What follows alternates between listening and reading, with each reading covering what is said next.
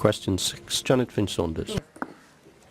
Will the First Minister make a statement on the future roles of community and town councils in Wales? Well, an independent review is looking at the future role of community and town councils and what needs to be in place to enable them to play that role, and it will be reporting later this year. Over the past 7 years, I've had many concerns raised with me regarding the functions of community town councils, and in that time, also I've raised them here, but there's been 2 other reviews, so we're now finding ourselves in the middle of a review going forward.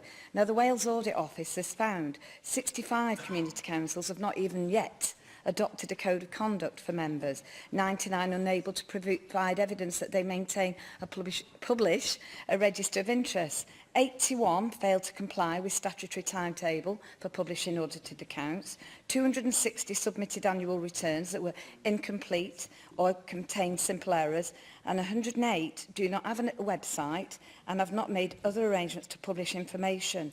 And we know that 81% of town and community council seats last year were uncontested or vacant. Now, I and many others consider community councils to be a very important level in our 5 layers currently of democratic governance.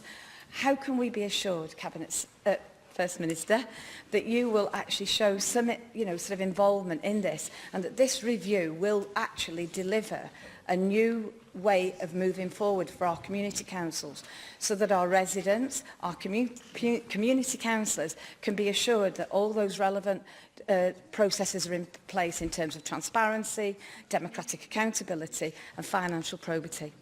Well, as somebody who was once a community councillor some time ago, I know how important community councils are.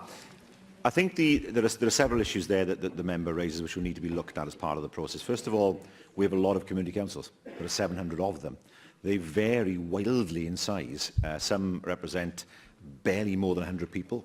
Others, many thousands of people. I don't think it's realistic for us to expect the same of all of them, given their differences in size. For example, Barry Town Council, compared to Merthyr Mawr Community Council in my part of the world, is an enormous difference in size. And in some parts of Wales, the Rhondda, for example, well, there are no community councils at all.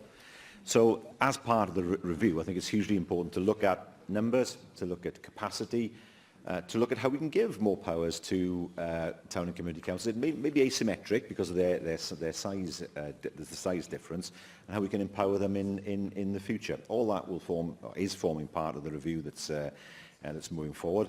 I think I'm right in saying there's one, and the member for Monmouth will enlighten me on this. There is one, I think, community council in Monmouthshire where literally 1 in 8 of the population have to be on the council in order for the council to have a full quota of members. That's what I've been told. Well, in those circumstances, it is hugely difficult to have a situation where all seats are contested.